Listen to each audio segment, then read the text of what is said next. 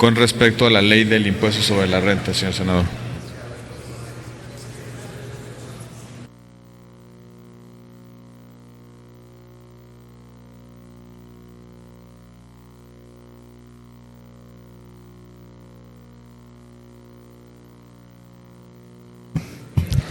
Antes de que empiece a correr mi tiempo, senador presidente, sí le pediría un poco de tiempo, en razón de que son 6 reservas que quiero presentar en una sola exhibición. Es el artículo 36 de la Ley del Impuesto sobre la Renta, el artículo 151 de la Ley del Impuesto sobre la Renta, de igual manera el artículo 2 de la Ley del Impuesto Especial sobre Producción y Servicios, las disposiciones transitorias fracción tercera,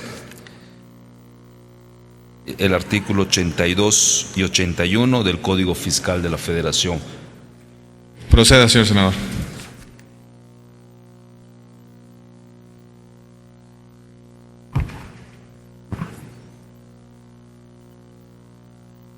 Con su permiso, senador presidente,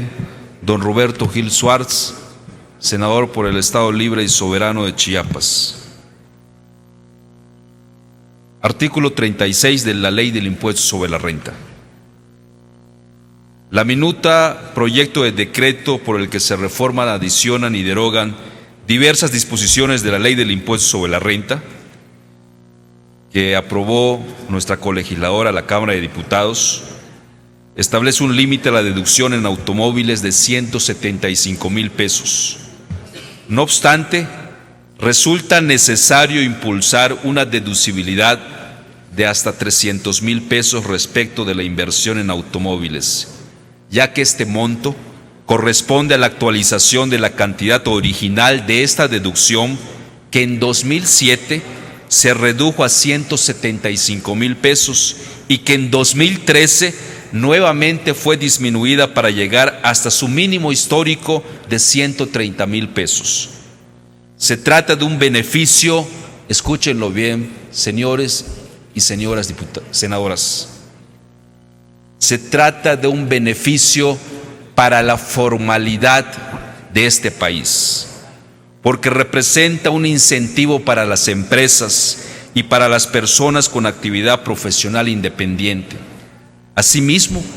es un beneficio que genera mayor consumo y adquisición de los automóviles fabricados en México. La propuesta de la Cámara de Diputados es que se aumente de 130,000 a 175,000 pesos, lo que implica regresar al monto de deducibilidad vigente hace 2 años, pero ello resulta insuficiente y además no resulta positivo para la industria automotriz del país, ni tampoco suficiente para las empresas o las personas que adquieran automóviles en el próximo año, en 2016. Por esas consideraciones, estoy presentando esta reserva al monto máximo de deducibilidad a las inversiones en automóviles, a fin de que esta cantidad retorne al nivel en el que se encontraba antes del 2007, y propongo esta reforma al artículo 36, fracción segunda, primer párrafo de la Ley del Impuesto sobre la Renta, para que quede en los siguientes términos: las inversiones en automóviles solo serán deducibles hasta por un monto de 300,000 pesos. Con respecto al artículo 151, también de la Ley del Impuesto sobre la Renta,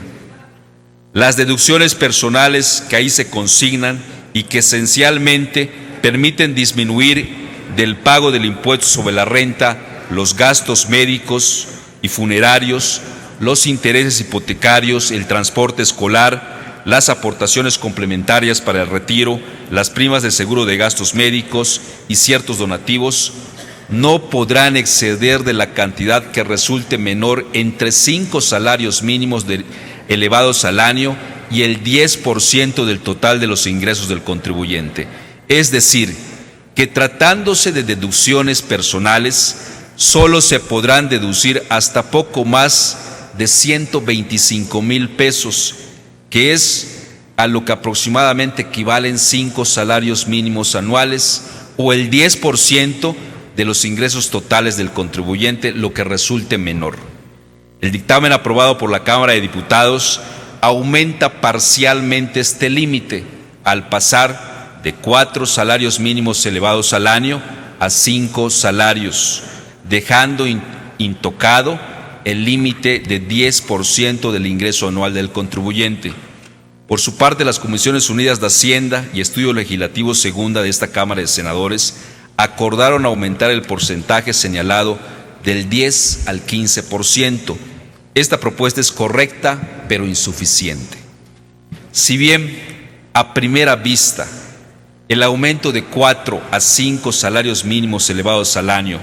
podría parecer un beneficio para los ciudadanos mexicanos, lo cierto es que esta modificación aprobada por la Cámara Baja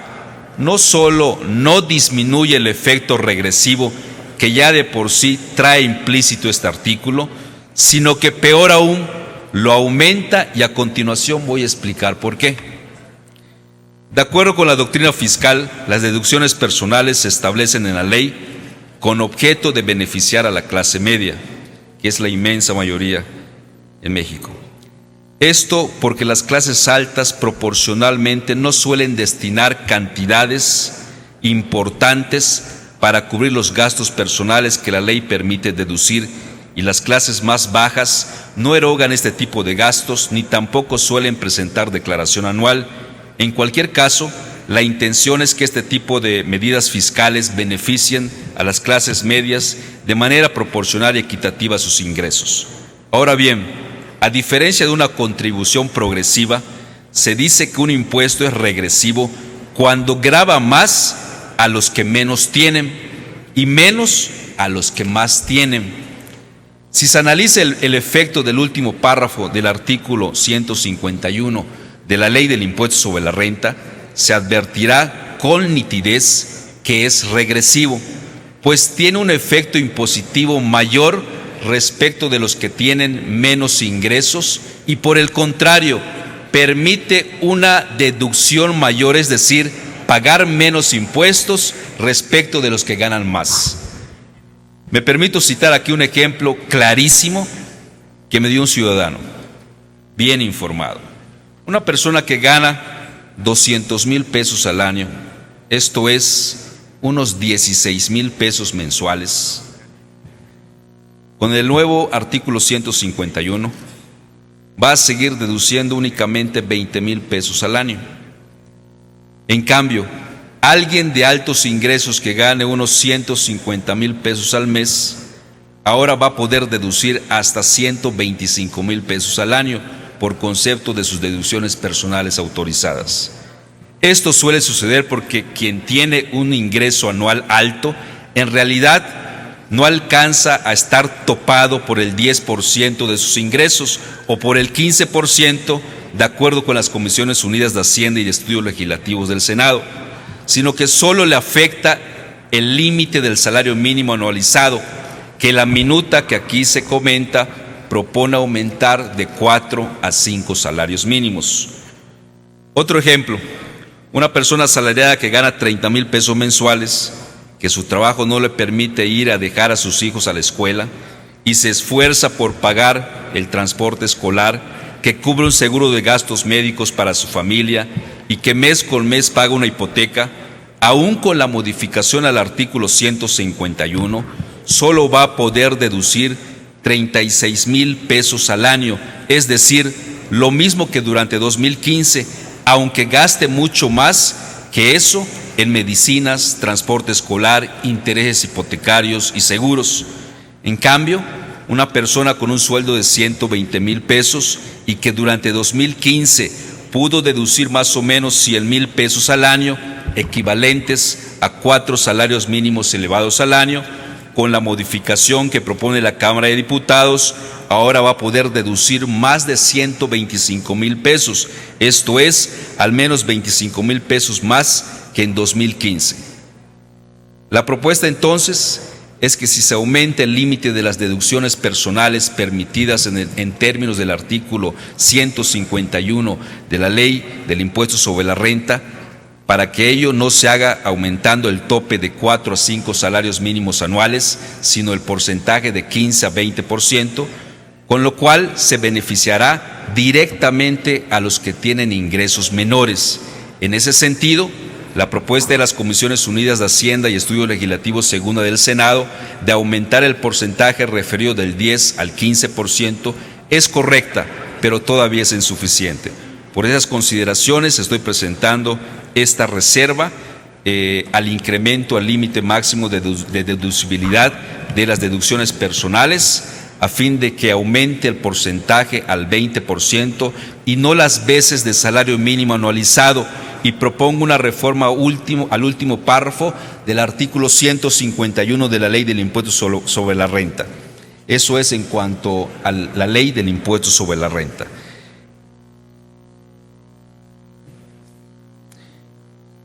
En el caso de la Ley del Impuesto Especial sobre Producción y Servicios, señor presidente, en el artículo 2, que tiene que ver precisamente con las bebidas saborizadas, que tengan hasta 5 gramos de azúcares añadidos por cada 100 mililitros. Este dictamen no considera que las cuotas aplicadas a las bebidas saborizadas tengan como objetivo inhibir el consumo de estos productos, a fin de prevenir y combatir problemas severos de salud pública en el país, como la obesidad y la diabetes, que en el caso específico de mi estado, Yucatán es el estado que tiene primer lugar en casos de obesidad infantil, en casos de sobrepeso y por supuesto también en casos de diabetes en toda la República Mexicana.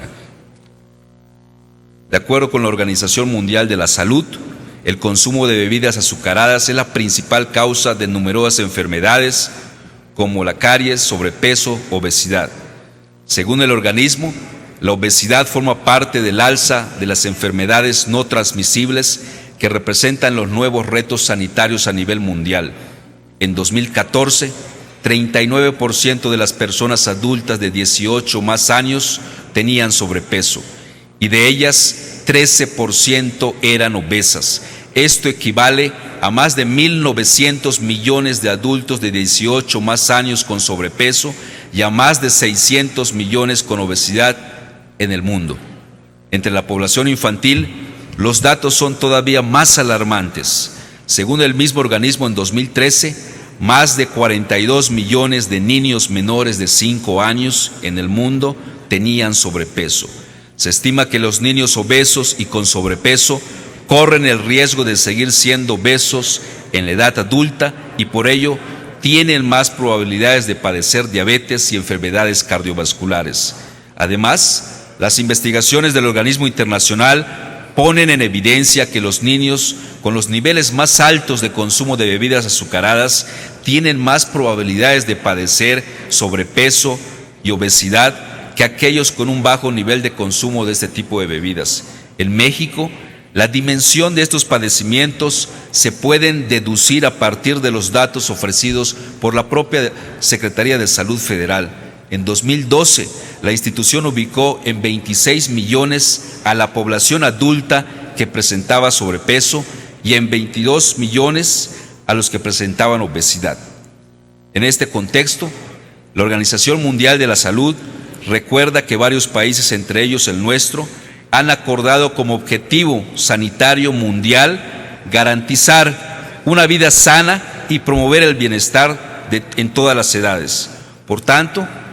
recomienda firmemente, entre varias opciones normativas, la regulación de la comercialización de los alimentos y las bebidas no alcohólicas con un alto contenido de azúcares libres, así como la aplicación de políticas fiscales dirigidas a los alimentos con un alto contenido en azúcares libres. De acuerdo con cifras de la Secretaría de Hacienda y Crédito Público, de enero de 2014, fecha en que entró en vigor la aplicación del IEPS refresquero, a agosto de 2015, la medida generó ingresos por alrededor de 31,000 millones de pesos con este impuesto. Solamente mi estado, Yucatán, el presupuesto anual de mi estado son aproximadamente 28,000 millones de pesos, mucho más que el presupuesto de mi estado, Yucatán. En esta tesitura propongo incrementar el impuesto a 2 pesos por litro, retomando el espíritu original discutido hace 2 años cuando se puso en marcha esta medida. Por lo anterior, estamos proponiendo modificar el artículo 2 del proyecto de decreto por el que se reforma la ley del impuesto especial sobre producción y servicios. Y ya para concluir, senador presidente,